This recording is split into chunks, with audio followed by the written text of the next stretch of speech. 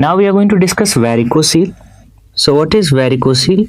It is dilated tortuous pampiniform plexus of veins. So here you can see that there is dilated tortuous pampiniform plexus of veins. And what is the location of this dilated tortuous pampiniform plexus of veins in relation to testis? So it is located posterior and above testes. Clear? So dilated tortuous pampiniform plexus of veins located posterior and above testes. You must be knowing that this is more common on left side, and this is the most common cause of reversible atrophy of testes in adolescent males. This is most common cause of reversible atrophy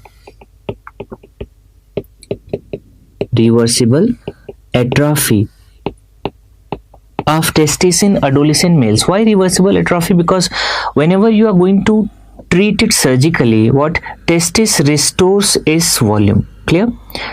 Now, why it is more common on left side?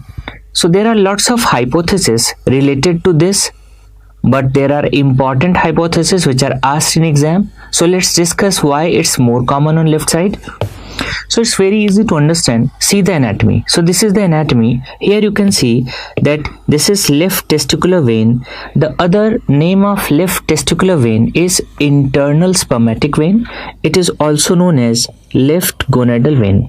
Right? Here you can see that this left gonadal vein is going to drain where? Into left renal vein. And this renal vein is draining into IVC. Simple. You know that here there is aorta. So aorta is here, and there is superior mesenteric artery arising from aorta. This is the basic anatomy. Now if you see on right side, there is right testicular vein, and you can see this right testicular vein is draining directly into inferior vena cava. Okay. So see, varicocele is more common on left side. Here you can see this left gonadal vein. It's draining at right angle into left renal vein, and there is presence of incompetent valves or absence of valves in left testicular vein. So what will happen? There is increased transmission of pressure, direct transmission of pressure, and because of this direct transmission of pressure, there will be dilated tortuous pampiniform plexus of veins. So what's the first hypothesis why it's more common on left side? That left gonadal vein drains into left renal vein at right angle, at 90 degree. So at right angle. So because of presence of incompetent valves or absence of valves, there is direct transmission of pressure from left renal vein to left gonadal vein, leading to dilated tortuous pampiniform plexus of veins. One. Second, you can see that this is what? Aorta, and this is superior mesenteric artery. So this superior mesenteric artery is going to compress this left renal vein between aorta. So what left renal vein will be compressed between? Suppose I'm the aorta and this is superior mesenteric artery. So this phenomena is known as nutcracker's phenomena. So the second is nutcracker's phenomena.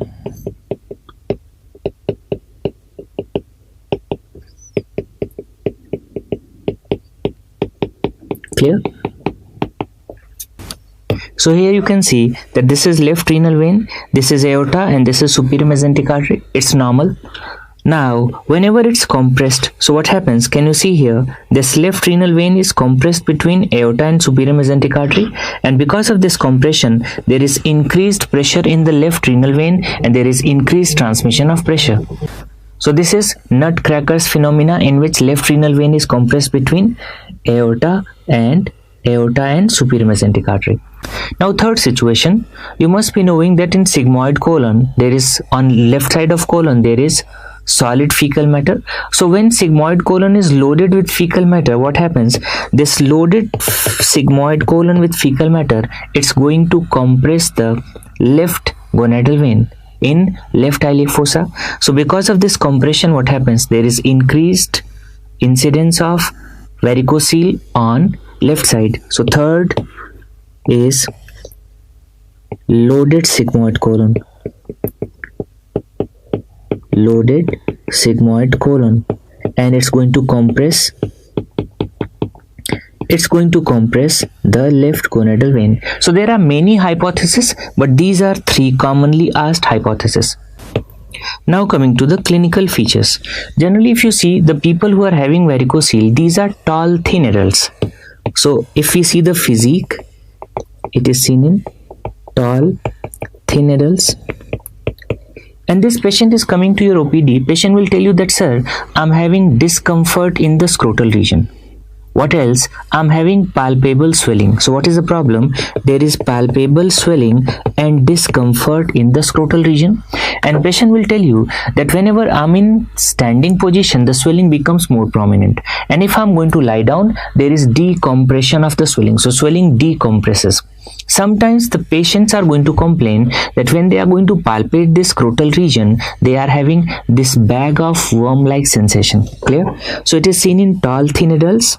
And what happens? There is discomfort and there is swelling. Where exactly? In the scrotal region. Clear? This swelling becomes more prominent on standing. So this is more prominent on standing. Clear? And it decompresses on lying down position. Right? Now can you see if the patient is going to feel this area, in some cases there is bag of worm like sensation. So patient will tell you that, sir, there is bag of worm like sensation. Okay, there is a term known as suspicious varicocele. So it's very easy to understand what suspicious varicocele. Suppose a 60 years or 65 years old male who is a smoker is coming to you saying that, sir, from the last 6 months I'm having swelling in the scrotal region. Yes, and there is no change in the size even on lying down position. So see, what is the problem? These patients are having RCC, renal cell carcinoma, and in renal cell carcinoma, you must be knowing that there is hematogenous spread. So you see, the tumor thrombus is going into renal vein. So when tumor thrombus is going into renal vein, what happens? There is impaired venous drainage of this left testicular vein. Because of that, there is increased pressure, and because of that, there is dilated tortuous pampiniform plexus of veins.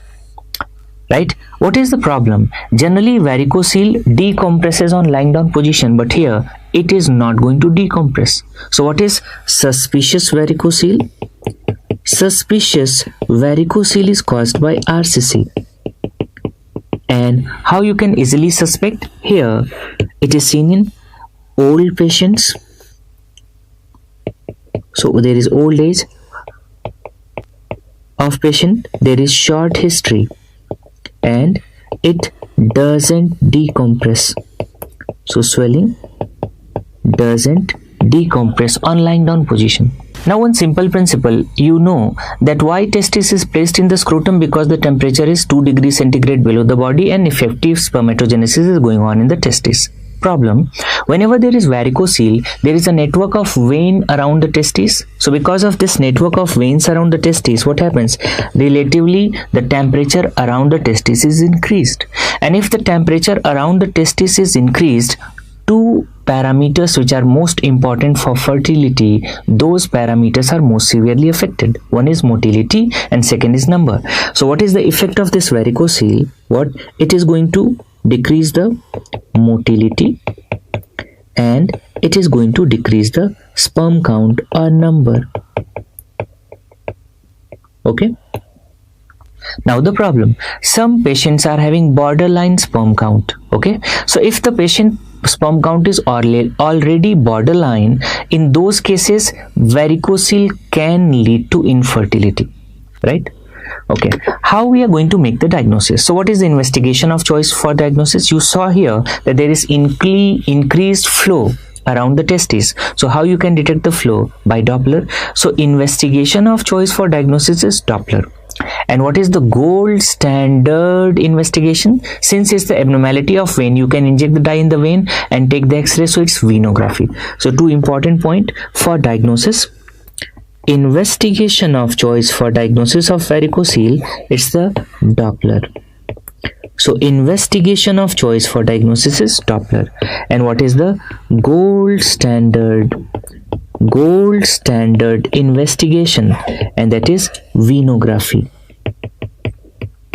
The gold standard investigation is venography.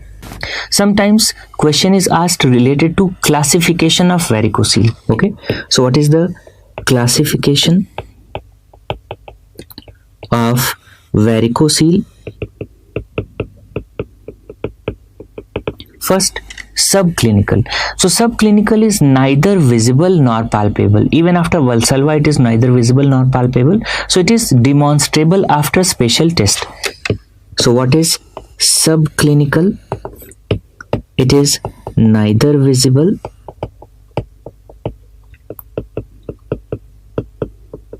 nor palpable even after Valsalva.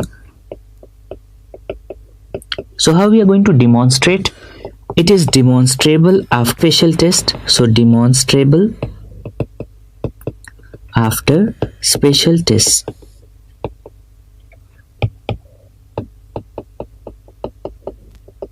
Okay. After that, it is very easy to understand. Then it is divided into, this is subclinical, grade 1, grade 2, grade 3. In grade 3, so it is divided into subclinical, grade 1, grade 2, grade 3 varicocele. What is grade 1 varicocele? It is palpable after Valsalva maneuver. Okay, grade 2, it is palpable at rest, and in grade 3 it is visible and palpable at rest. Okay, so what is grade 1, grade 1, grade 2 and grade 3? Clear? In grade 1 it is palpable during Valsalva.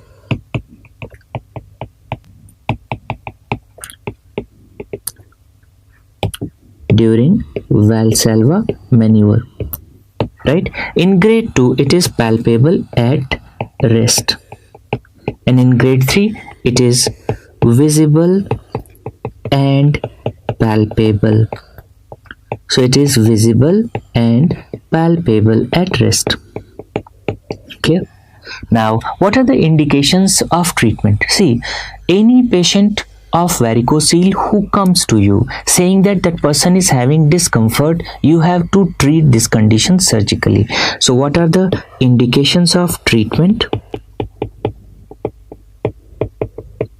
Indications of treatment. Okay, so first, discomfort. It can lead to infertility. So if the patient is having infertility, we have to go for surgery. If patient is having poor testicular growth, especially in which patients? Adolescents. So poor testicular growth,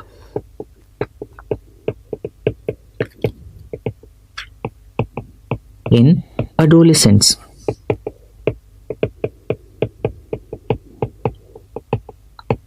Clear?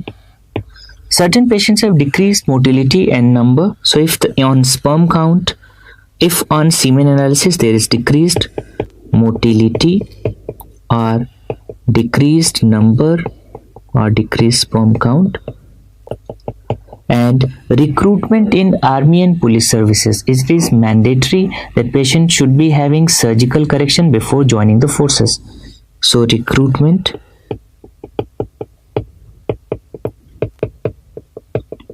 in army and police services. Clear? So these are the indications of treatment.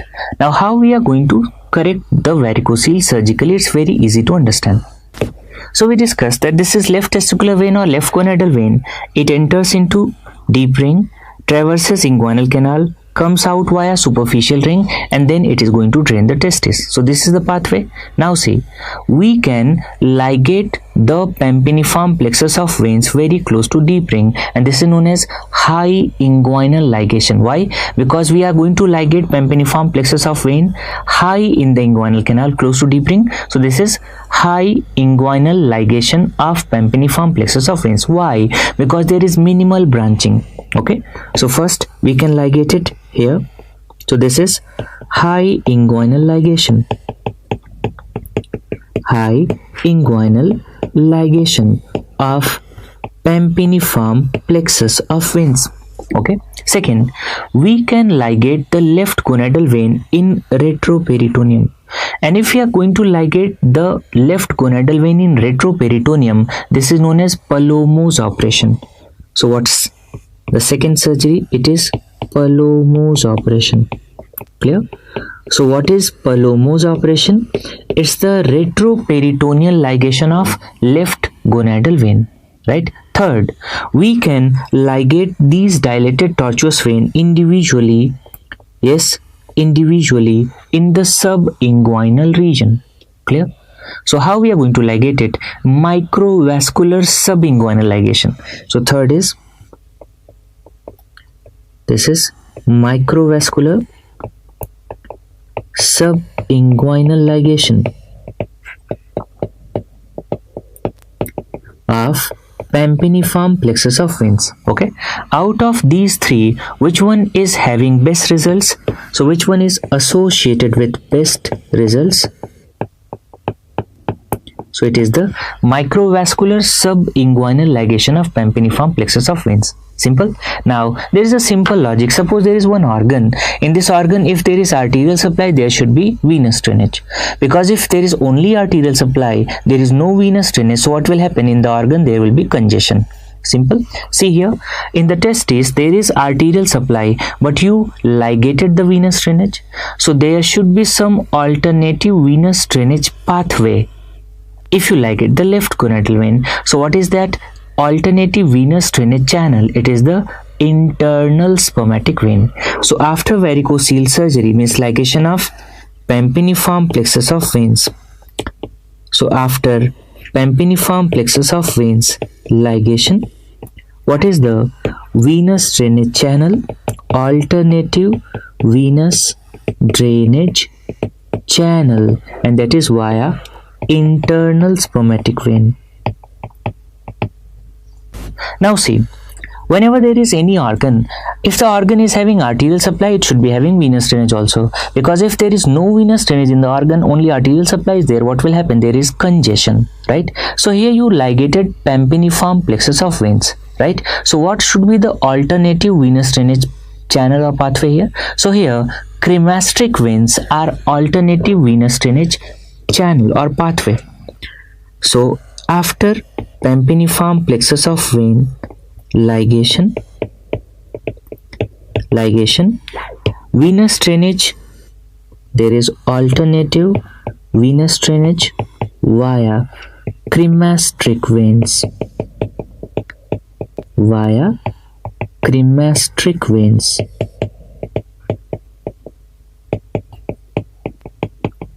Clear? And this question was also asked many times in exam. Now what you can see in this picture, you can see that there is unilocular retention cyst. Can you see? There is unilocular retention cyst. In relation to sperm conducting mechanism of epididymis. So in relation to sperm conducting mechanism of epididymis, and see the location, it is in relation to upper pole of the testis, located above and behind testis. So what is the name of this condition? The name of this condition is spermatocele. And if the name is spermatocele, it is in relation to sperm conducting mechanism. So what is the content? Yes, it is spermatozoa. And if the content is spermatozoa, what is the appearance? It is having, on aspiration, barley water appearance. Okay, so we are going to discuss spermatocele. So this is unilocular retention cyst. Unilocular retention cyst. Clear? In relation to what? Sperm conducting mechanism of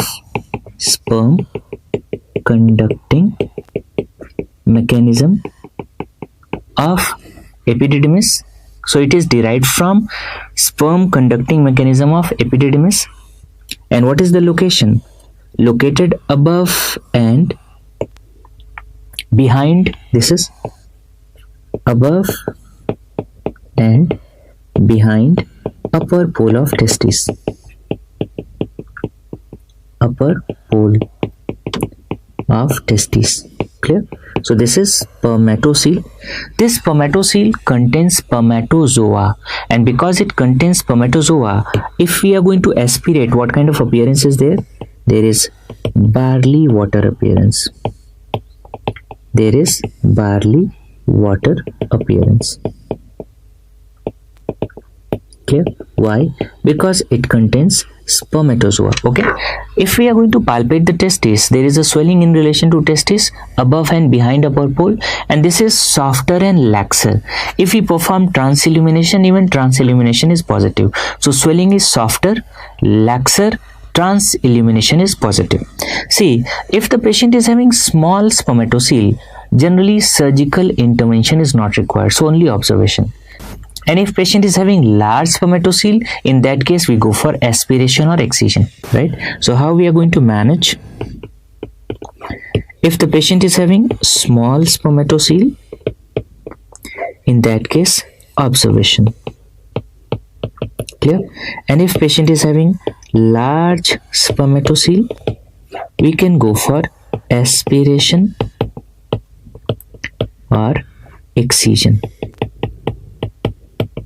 Clear? There is one question related to another cyst, epididymal cyst. Epididymal cyst. And what is that question? Chinese lantern pattern. So there is another one-liner which is asked.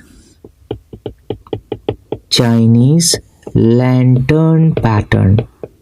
And this Chinese lantern pattern is seen in epididymal cyst. Epididymal cyst.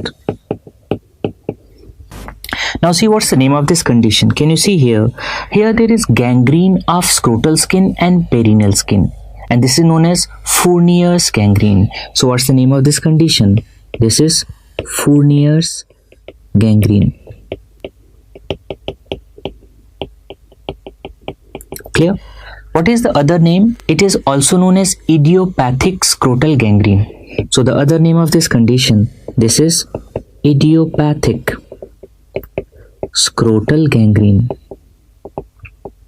Clear? Okay. So one thing is clear, what? That this condition is idiopathic, means etiology is not known, right? It is having abrupt onset. Have you seen a patient of necrotizing fasciitis of lower limb? Right? So it is looking very similar to that. So that's why it is also known as necrotizing fasciitis of scrotal region. So the other name, it is also known as necrotizing fasciitis of scrotal region. Okay. Now just break the term. There is necrotizing fasciitis. So what is the problem in necrotizing fasciitis? There is necrosis of tissues till the deep fascia. So in necrotizing fasciitis, which structures are involved? Skin, superficial fascia and deep fascia. The structures located below deep fascia are not involved. Clear? What happens in this Fournier's gangrene? It's a polymicrobial infection. Polymicrobial means here aerobes as well as anaerobes both are involved. Now it is having abrupt onset, polymicrobial infection. What is the problem? In this case there is obliterative endarteritis. So whenever there is obliterative endarteritis, what happens? Yes, there is necrosis of skin, superficial fascia and deep fascia. Whatever the structures which are located below deep fascias are preserved. So in the perineal region, in the scrotum, what are the structures located below deep fascia? Yes, there is Carpora cavernosa, Carpora spongiosa. In Carpora spongiosa, there is urethra, testes, cord structures, means epididymis. So vas deferens. All these are spared. Okay. So this is idiopathic. It is having abrupt onset. This is polymicrobial infection, means it is caused by both aerobes and anaerobes, and because of this infection there is obliterative endarteritis. Obliterative endarteritis. Okay. and that's why there is necrosis of, so this is important point, there is necrosis of which structures? Skin, superficial fascia and deep fascia. Clear? And the question which is frequently asked, that what are the structures spared in Fournier's gangrene? So the structures spared, the structures which are spared. Okay, so first, corpora cavernosa, corpora spongiosa, and in spongiosa there is urethra. So urethra, testes, and cord structures. Cord structures. Clear? What are the predisposing factors? Exact etiology is unknown, but the predisposing factor, one of the predisposing factor is what? Diabetes mellitus. Some patients give history that they have anal infection, some infection in the perianal region. Certain patients give history of what? Some kind of instrumentation, or some patients are having immunocompromised state. So what are the predisposing factors? Predisposing factors for Fournier's gangrene. Most important, diabetes mellitus, anal infections,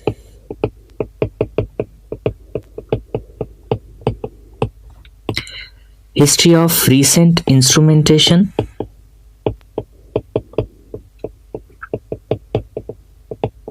and immunosuppressed state or immunosuppression. Clear? Now, what is the typical history in this patient? See, this patient will tell you that, sir, I was having itching in my perineal region or scrotal region and I scratched that area, or I was having anal infection, or there was history of some instrumentation and I noticed that there is itching. So when I scratched that area, there was initially redness, and after that redness, what happens? There was purple discoloration, and after that there is blackish discoloration. And when these patients are coming to us, we are going to notice that there is a typical odor and there is a typical discharge. So there is dishwater like discharge and there is fetid odor. So in these patients, there is dishwater like discharge, and typical smell, what? There is fetid odor.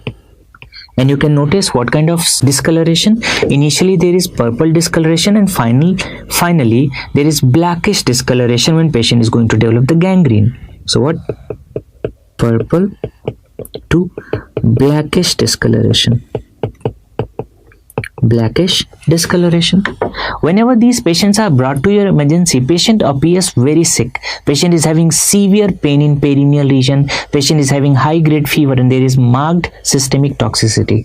So clinical features, there is pain, there is high grade fever and marked systemic toxicity.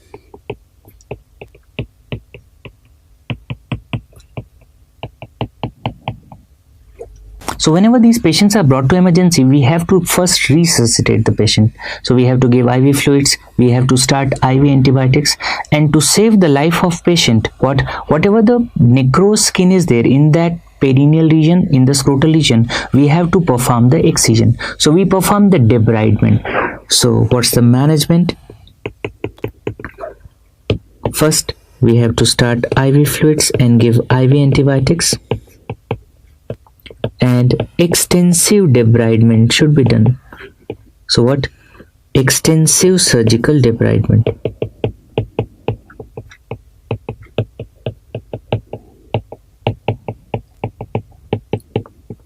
Clear? Now see how it's done. So you can see whatever the necrosed skin was there, yes, of scrotum, all that necrosed skin is excised. So here you can see the testis is exposed. Clear? So the testis is exposed and we perform coconut dressing for this testis, right? So when the general condition of this patient is going to improve, we have to cover this testis with the skin grafting. Clear? So after extensive surgical debridement, when the general condition of patient improves, we have to cover the testis with skin grafting. Clear? Suppose timely intervention is not done, the mortality rate can be up to 75%. So what is the range of mortality associated with this condition? The mortality can be between 7 to 75%. Average mortality associated with this condition, the average mortality is 20% in relation to Fournier's gangrene. Now we are going to discuss testicular tumors. In testicular tumors, first of all, we are going to discuss the risk factors for testicular tumor. So what is the most important risk factor? It's the undescended testes or cryptorchidism. So see the list of risk factors for testicular tumors. So undescended testes or hidden testes, that is cryptorchidism. There is testicular feminization syndrome, and that is also known as androgen insensitivity syndrome. So this testicular feminization syndrome or androgen insensitivity syndrome also increase the risk. Okay. Then other risk factors are Klinefelter syndrome, history of testicular tumor in sibling. It means if the brother of patient is having testicular tumor or was having testicular tumor, it's a risk factor for the patient. And personal history of testicular tumor. What is the meaning of personal history of testicular tumor? If patient is having testicular tumor in right testes, it is going to increase the risk of testicular tumor in left testes. Means history of testicular tumor increases the risk of tumor in contralateral testes. Okay, and if there is in utero exposure of diethylstilbestrol, so these are the risk factors for testicular tumor. In NEET 2 to 3 times, there was questions related to classification of testicular tumors. Which classification? WHO classification. So let's see the WHO classification of testicular tumor. So see the types of testicular tumors. First, it's the germ cell tumor. Okay. Germ cell tumors are further divided into seminoma and non-seminomatous germ cell tumor. Non-seminomatous germ cell tumors are further divided into yolk sac tumor, teratoma, embryonal carcinoma, choriocarcinoma. The second type is the tumors arising from the stroma, gonadal stroma. So this is sex cord or gonadal stromal tumor. So what are the tumors which are included in this category? It is Leydig cell tumor, Sertoli cell tumor, granulosa cell tumor, thecoma and fibroma. The third category is mixed. Mixed means it is having dual origin, arising from germ cell also and gonadal stromal. Clear? So this is mixed tumor, also known as germ cell and gonadal stromal tumor. And there is a single tumor which is included in this category, that is gonadoblastoma. Clear? Fourth is lymphoid or hematopoietic. And what are the tumors included in this category? It's lymphoma, leukemia, plasmacytoma. In miscellaneous tumors, we include adenoma, carcinoma, carcinoid. So see what was the question. The testicular tumors which are having gonadal stromal component, those testicular tumors are associated with gynecomastia. So which testicular tumors are having gonadal stromal component? Here you can see. One is this one, sex cord. Okay. So Leydig cell tumor, Sertoli cell tumor, granulosa, thecoma, fibroma. And the second category is this gonadoblastoma. So testicular tumors which are having gonadal stromal component, these tumors are associated with gynecomastia. Now we are going to discuss one-liner questions related to testicular tumor. So first question, what is the most common testicular tumor? And the most common testicular tumor is seminoma, mixed if given in the option.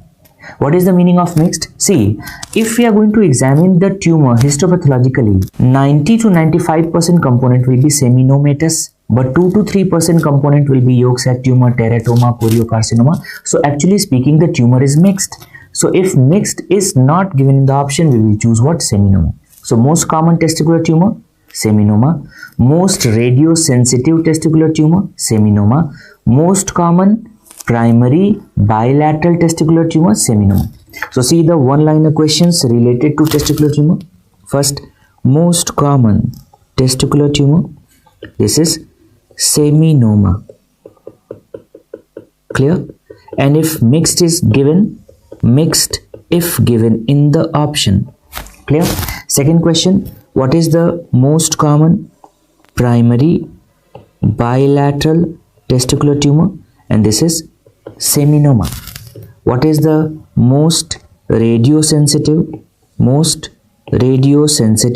testicular tumor? And this is what? Seminoma.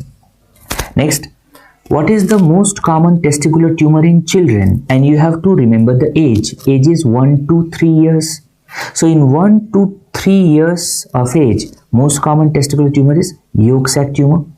Second important question, which testicular tumor is having best prognosis? So testicular tumor with best prognosis, yolk sac tumor. Most common testicular tumor in children, and the most important aspect is age, that is 1 to 3 years. Clear? And testicular tumor with best prognosis,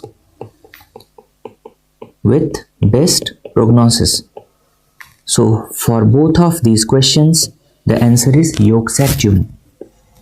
So this is yolk sac tumor. Okay, now see the twist in the question. Most common testicular tumor in prepubertal children, age 11 to 13 years. So if age is 11 to 13 years, the most common testicular tumor is what? Teratoma. And most common testicular tumor in elderly, that's lymphoma. Clear? So most common testicular tumor in prepubertal children, and you have to remember the age. Clear? And this is 11 to 13 years, right? And here the answer is teratoma. So this is teratoma. And most common testicular tumor in elderly, that is lymphoma.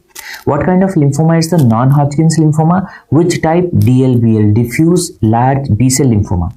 Now see, there are two other questions which are asked. What is the most common secondary testicular tumor?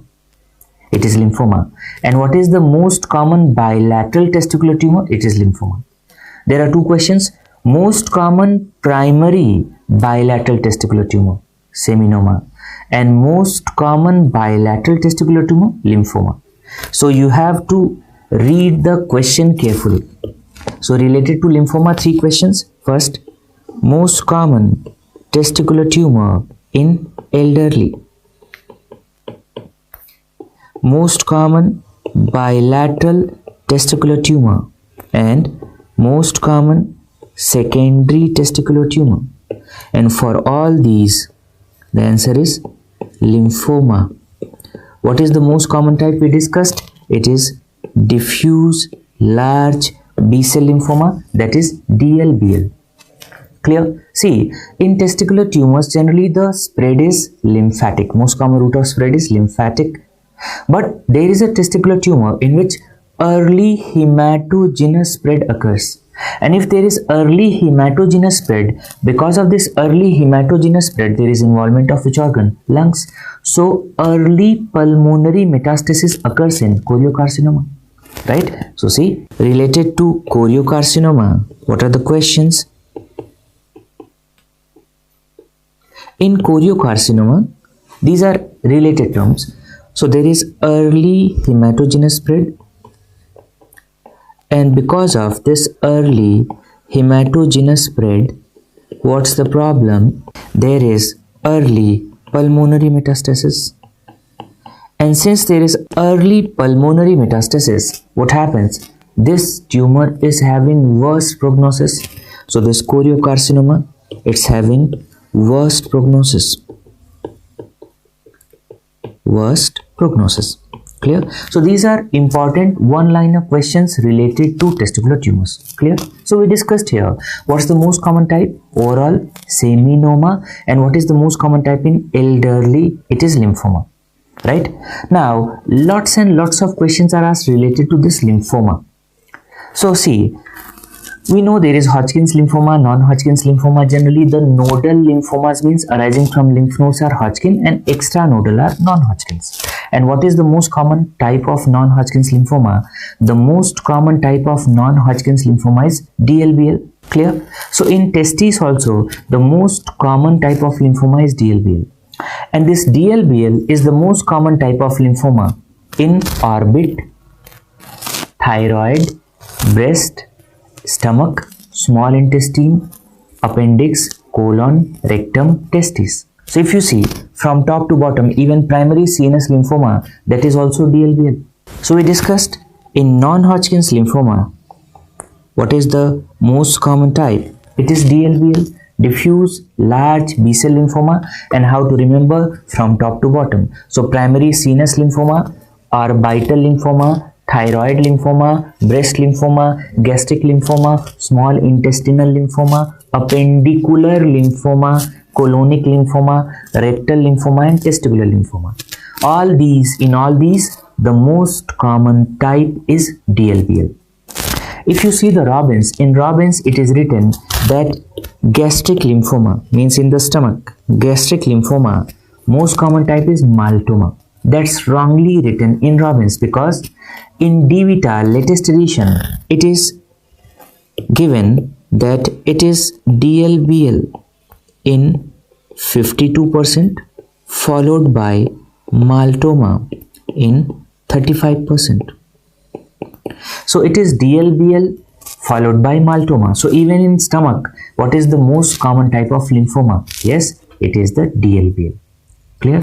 So now in detail we are going to discuss the testicular tumors. We discussed most common type is seminoma, and generally in what age group seminoma is seen? It is seen in 3rd to 4th decade. So we are going to discuss testicular tumors in detail. Most common type is seminoma, and this seminoma is generally seen in 3rd to 4th decade. Clear? So these patients are young. The patients are coming to your OPD, and this patient will tell you what is the complaint of patient. Patient will tell you that, sir, there is a mass in relation to testes. What kind of? Painful or painless? So it's a painless mass. So there is painless mass in relation to testes. That's the complaint of patient. So see what is the clinical findings.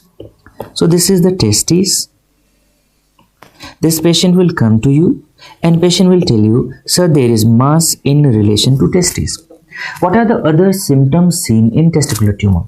See, 10% patients have secondary hydrocele, but secondary hydrocele is small, lax, difficult to assess on clinical examination. So generally this finding is made on, or this kind of finding is assessed on ultrasound.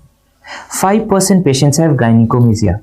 Which patients are generally having gynecomastia? The patients in which the tumor is having gonadal stromal component like Leydig cell, Sertoli cell, thecoma, fibroma, granulosa cell tumor, gonadoblastoma. Clear? So the presentation is here. There is painless mass in relation to testes. There is secondary hydrocele. You have to remember the percentage, because this percentage is generally asked in exam. How many patients? 10%. Clear? And there is gynecomastia. You have to remember the percentage. So gynecomastia, this is seen in 5% patients. Right? Now see the question of JIPMER. Two questions were asked. First, a patient presented to your OPD with painless mass in relation to testes. What is the next best step? Clinical examination or ultrasound? So the next best step is clinical examination. So we have to perform the examination, and whenever we are going to palpate the testes, we are going to find that the affected testis is enlarged and it's hard. Simultaneously, there is palpable mass in relation to testis. So what? On examination, affected testis is it's enlarged and it's hard. Clear? And there is mass, palpable mass in relation to testes. This is the finding on examination. Next year again in JIPMER this question was asked. A patient presented to your OPD with painless mass in relation to testes, and on examination the affected testis was enlarged and hard. What is the next best step? So then we go for ultrasound. Now coming to the route of spread, we discussed that what is the most common route of spread in testicular tumor. The most common route of spread in testicular tumor is lymphatic. So most common route of spread, this is lymphatic. And via this lymphatic spread, which lymph nodes are involved? Retroperitoneal group of lymph nodes. We discussed that in choriocarcinoma there is hematogenous spread. So most common route of spread in choriocarcinoma, that is hematogenous. So most common route in choriocarcinoma, and that is hematogenous. Clear? So via this hematogenous spread, what is the most common site of metastasis? The most common site of metastasis, and that is lungs. Right? We discussed that in RCC, what kind of pulmonary metastases are there on X-ray or CT? There are cannonball secondaries. So even in choriocarcinoma, you will find cannonball secondaries. Clear? So after examination, we are sending this patient for ultrasound. Right? Why not FNAC or biopsy? See, if we are going to perform FNAC or biopsy, what's the problem? See, we discussed that the lymphatic spread or lymphatic drainage of testis goes to retroperitoneum, and the lymphatic drainage of scrotum goes to inguinal lymph nodes. So if you are going to perform the FNAC or biopsy, what is the problem? There is seeding of needle tract.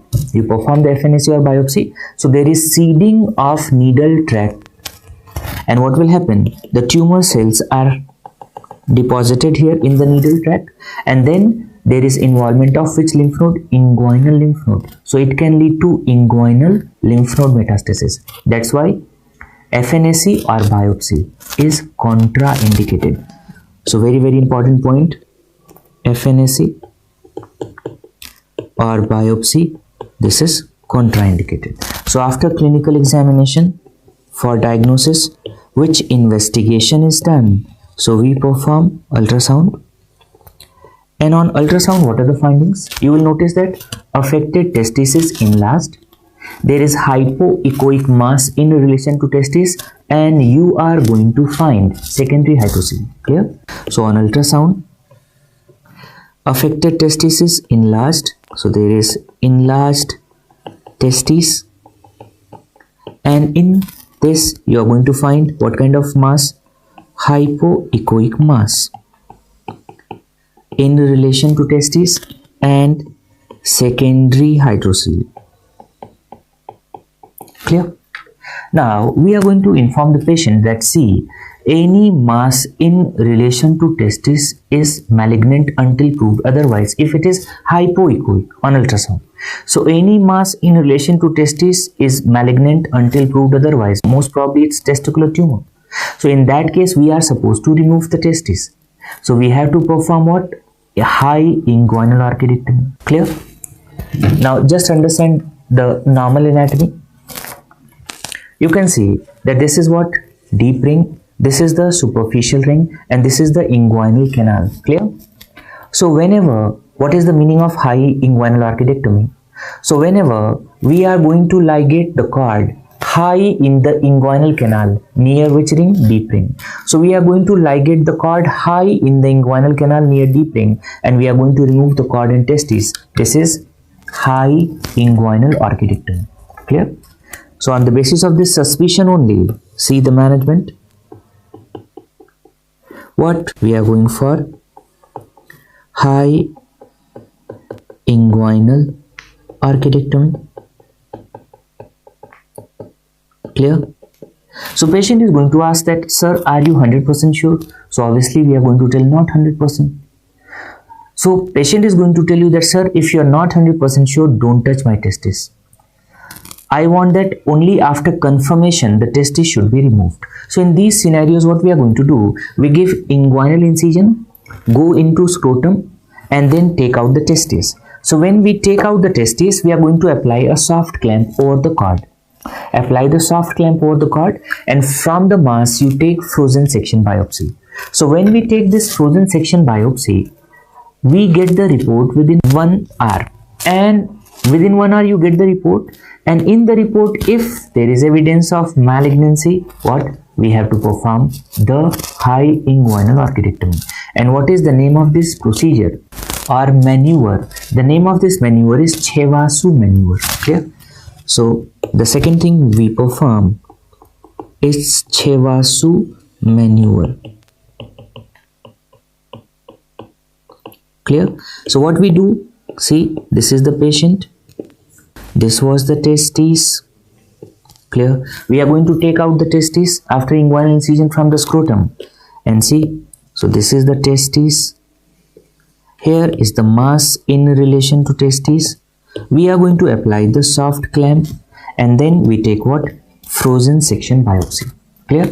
So if on frozen section biopsy there is evidence of malignancy, within half an hour to 1 hour we get the report. So if the tumor is malignant, in that case what we perform? We perform high inguinal orchidectomy. Clear? Now some of you might be thinking that, sir, during diagnosis only we remove the tumor, not only tumor, we remove the testis and cord. So is there any need of further treatment? So do we require any further treatment? Yes. Why? Because we discussed that what is the most common route of spread? Lymphatic. And via lymphatic spread, which lymph nodes are involved? Retroperitoneal lymph node. So we have to assess the retroperitoneal lymph node status. We discussed what is the investigation of choice for most of the retroperitoneal pathologies. It is CT. So here we go for CECT. Why? CECT is done to assess the involvement of retroperitoneal lymph nodes. So for retroperitoneal lymph node involvement, we go for CECT. Okay. Which group of lymph nodes are involved? Lots of questions are asked. Serious. So you can see this is inferior vena cava. You can see this is aorta. Clear? So this is aorta and this is inferior vena cava. Right? This is right testis and this is the left testis. Now lots of questions are asked. See first. Primary landing site from right testicular tumor. So this group of lymph nodes are involved, and these lymph nodes are located between aorta and vena cava. So what should be the name? Inter-aortocaval. So the name of this group of lymph node is the inter-aortocaval. Clear? Now see, primary landing site from left testicular tumor. This is on the left side of aorta. Side of aorta. So this is para-aortic. So this is para-aortic. So primary landing site from left testicular tumor, para-aortic. Now see the question. There is crossover metastasis, and this crossover metastasis occurs from right to left but not from left to right. So since crossover metastasis is going to occur ultimately in most of the testicular tumor, which group of lymph nodes are involved? Para-aortic. So three important points. First, primary landing site. What is the primary landing site from right testicular tumor and from left testicular tumor? So from right it is inter-aortocaval and from left it's para-aortic. Simple. And crossover metastasis occurs. So second important point, there is crossover metastasis. So from which side? From right to left. Crossover metastasis doesn't occur from left to right, and because of this crossover metastasis, overall most commonly involved group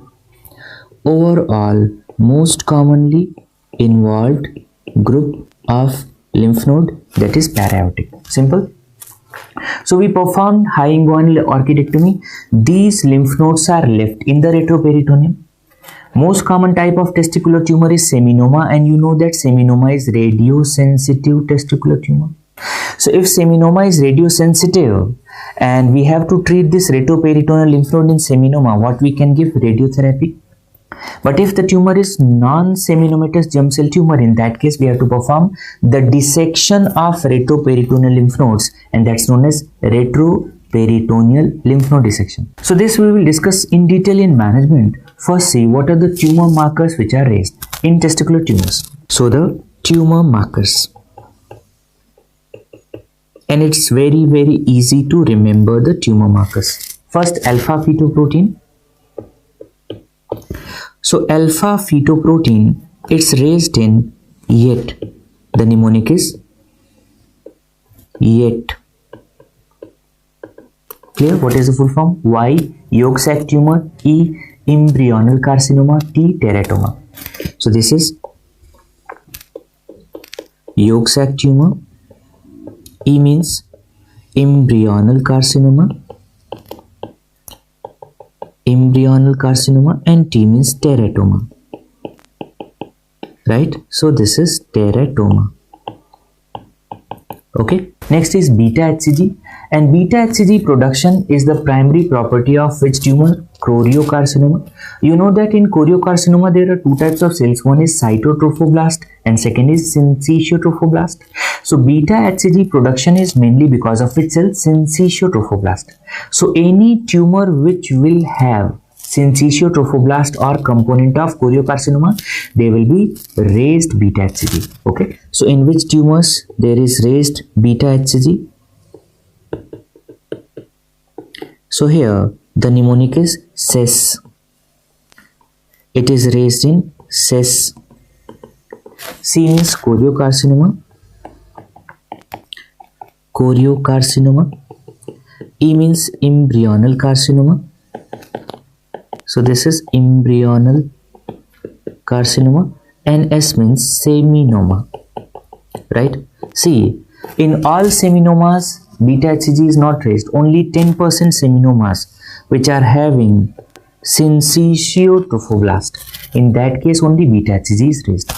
There are certain markers which are based on bulk of disease. Bulk, right? So what are the markers which are based on bulk of disease? There are three markers.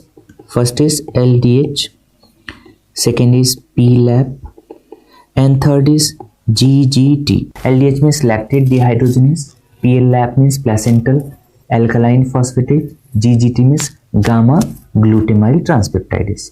Right? These are the markers which are based on bulk. Now see, this PLAP and GGT, these are raised in seminoma. Right? So there was one question in NIMS. See the question. Which of the following marker is raised in seminoma? Options: alpha fetoprotein, beta HCG, LDH, PLAP. So two options are correct, beta HCG and PLAP. And if we have to choose between beta HCG and PLAP, which one we are going to choose? PLAP. Why? Because beta HCG is not raised in all patients. It is only raised in 10% of seminoma which are having syncytiotrophoblast. So if it is asked in AIMS, you are supposed to choose one option, choose PLAP. And if it's multiple choice question in which we have to choose the multiple options, then we can choose PLAP and beta HCG. Clear? So if you have to choose one, go for PLAP. Now you must be knowing that for most of the tumors we have TNM classification. But in cases of testicular tumors, we have TNM-S classification. We have TNM-S classification. So what is the meaning of this S? Apart from TNM, we are going to include serum tumor markers also. And which markers are used? We include alpha fetoprotein, beta HCG and LDH. So it's a potential question. What are the markers used or included? Alpha fetoprotein, beta HCG and LDH. These are the three tumor markers included in TNM-S staging, which is used for testicular tumors. So suppose it is CTNM. What is the meaning of this CTNM? CTNM is it's the clinical staging. And if the prefix is P, so what is this PTNM? This is pathological staging. If the prefix is So if it's RTNM, means this is for recurrent tumors. If it is MTNM, so this is used for multiple primary tumors. Okay. And if it is YTNM, so this is for the patients who already received neoadjuvant chemotherapy. Clear? So if it is C, this is for clinical staging. This is for P means pathological staging. R, this is for recurrent tumors. And when there are multiple primary tumors,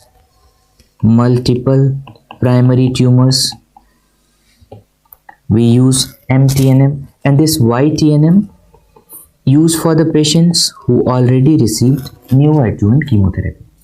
Now see, in testicular tumors, high inguinal orchidectomy was done and the tumor specimen along with testis and cord was already sent to pathology department. So here, which kind of staging will be done? Here, it's the pathological staging. So see the pathological staging. First is TIS. So here it is PTIS. TIS means carcinoma in situ, and ITGCN is known as carcinoma in situ. What is the full form of ITGCN? Intratubular germ cell neoplasia. So this is intratubular germ cell neoplasia, which is carcinoma in situ. PT1. So what is T1 basically? If it's limited to testis and there is no lymphovascular invasion.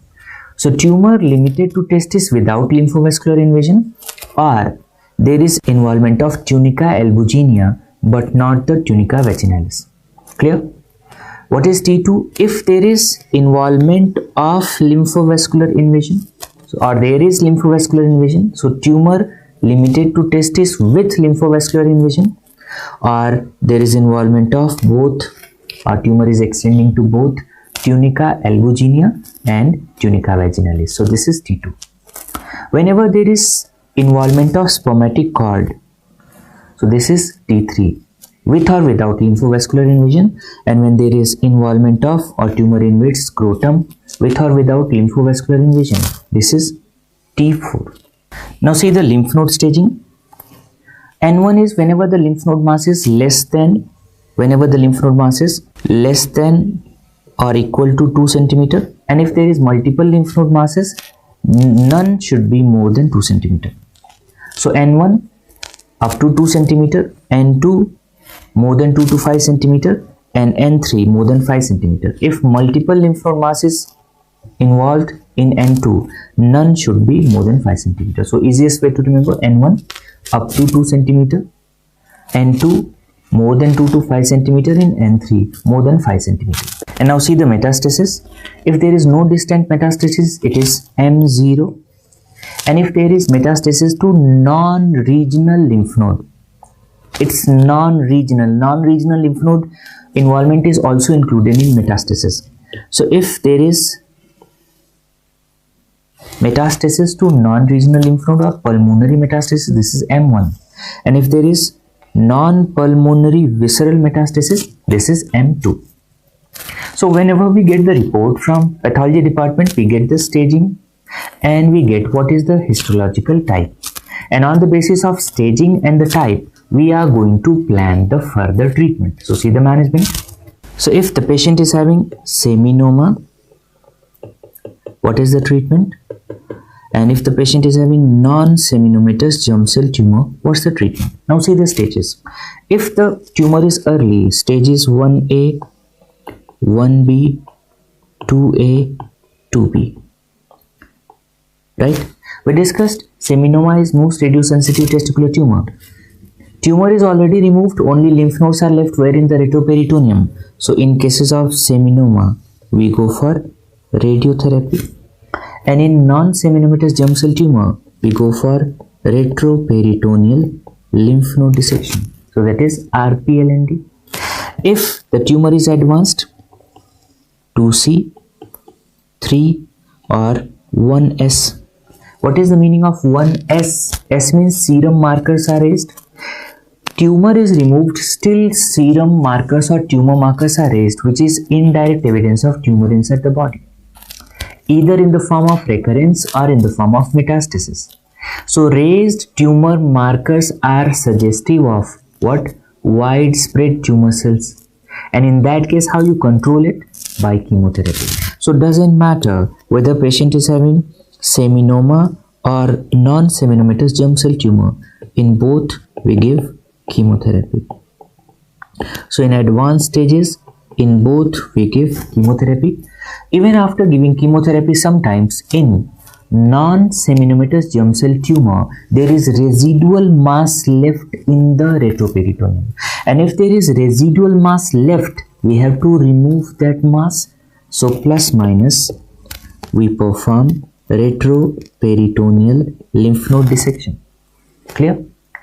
Question: what is the chemotherapy regimen given?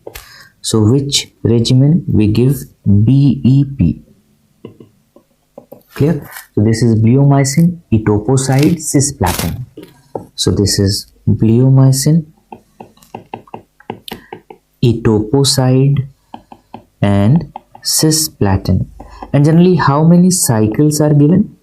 In breast also we give 6 cycles. In testicular tumors also we give 6 cycles. There is another topic which was asked in JIPMER and NEET 2-3 times, and we discussed ITGCN. Clear? What is the full form of ITGCN? It is intratubular germ cell neoplasia. What? Intratubular germ cell. Clear? It is also known as carcinoma in situ. So for testes it is known as carcinoma in situ. So this is testicular carcinoma in situ. It means it is the pre-invasive precursor of testicular tumors. Which tumors? Germ cell. So it is the pre-invasive precursor of testicular germ cell tumors. So it means it is the pre-invasive precursor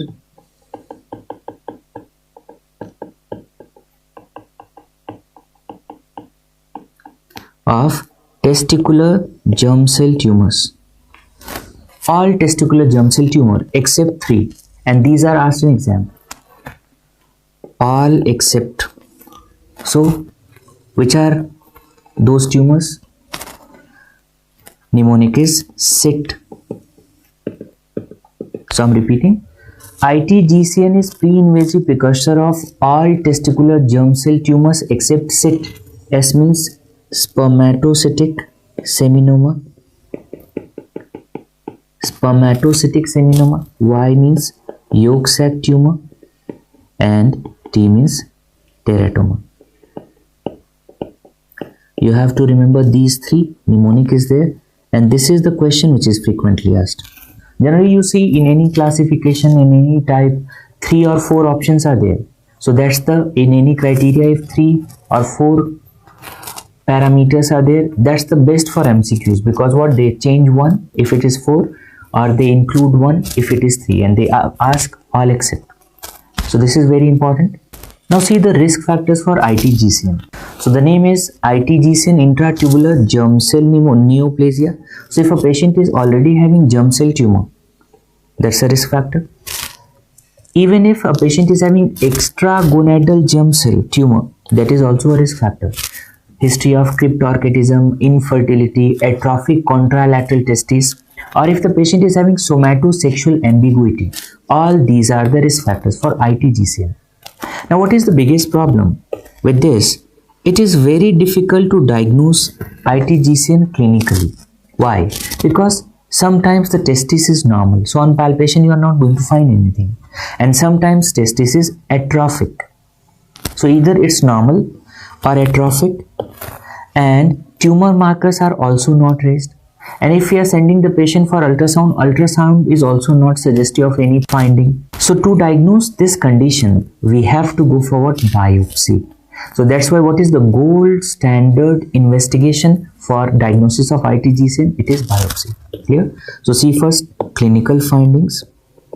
Here the testis, affected testis can be normal or it can be atrophic. What about the status of tumor markers? Tumor markers are generally not raised, and even ultrasound is not suggestive of any finding, and that's why how we are going to make the diagnosis. The gold standard investigation, and that's biopsy. right? Since it is carcinoma in situ, so what are the management options? We can go for observation, or we can give radiotherapy, or we can go for removal of affected testes, and that is what orchidectomy. So what are the treatment options? So either we can go for observation or radiotherapy, or we can remove the testes. So that's what orchidectomy. Clear? So this is how we manage ITGCM. Now we are going to discuss carcinoma scrotum. Carcinoma scrotum. What is the other name of carcinoma scrotum? It is also known as chimney sweeps cancer. So this is also known as chimney sweeps cancer. Okay. So now see, this carcinoma scrotum, it's generally seen in 5th to 6th decade, in which patients, the people who are working near chimney or bhatti, you have seen in restaurant, some people are making tandoori chicken or tandoori roti, so they are working near very high temperature. And what happens, working close to chimney or bhatti, so there is exposure of tar, soot, hydrocarbon. So because of this exposure of tar, soot, hydrocarbon, there is increased risk of which malignancy? In the skin, scrotal skin, squamous cell carcinoma. And you know what is the most common presentation of squamous cell carcinoma? It's the ulcer. What kind of this ulcer is having? Indurated base and everted edges. So this is seen in 5th to 6th decade. And what is the most common histological type? Squamous cell carcinoma. What are the risk factors? Exposure of tar, soot, hydrocarbon. Squamous cell carcinoma, what is the presentation? Patient will come to you with ulcer, and this ulcer is having indurated base and what kind of edges? Everted edges. So there is indurated base and there is everted, the edges are everted. Clear? We discussed what is the lymphatic drainage of scrotum and perineal skin. It goes to inguinal lymph nodes. So what is the most commonly involved group of lymph nodes? Inguinal. So most commonly involved group of lymph nodes, these are inguinal. How we are going to make the diagnosis? Biopsy. And since it is the squamous cell carcinoma, what is the treatment? We go for wide local excision with 2 cm margin. So diagnosis, it's diagnosed by biopsy. And what's the management? Wide local excision with 2 cm margin. Clear? So this is how we manage the carcinoma scrotum. Now see, there are 2 important topics which are frequently asked in relation to urology. First, the lymph nodes involved. So see, we discussed that in carcinoma penis and carcinoma scrotum, what is the most commonly involved group of lymph node? Inguinal. Now coming to the pelvic malignancies, which one? Bladder and prostate. So in bladder and prostate, what is the most commonly involved group of lymph node? Pelvic. And in pelvic, which group? Obturator. In testes, we discussed primary landing site from right testicular tumor, interaortocaval. From left testicular tumor, para-aortic. And overall, most commonly involved group of lymph node, yes, para-aortic. Second question which is frequently asked, one-liner questions in relation to stone. So stone related one-liner questions. We discussed what is the most common type of gallstone. It is cholesterol. If nothing is mentioned and mixed is not given in the option, cholesterol. If mixed is given in the option, go for mixed. Most common type of salivary gland stone and pancreatic stone. Salivary gland and pancreatic, and that is calcium carbonate. Most common type of renal stone, we discussed calcium oxalate. And most common type of radiolucent renal stone, that is uric acid. Now coming to the bladder. Most common primary bladder stone, it's ammonium urate. And most common secondary bladder stone is the uric acid. And what is the most common prostatic stone? That's the calcium phosphate. So this is all about urology.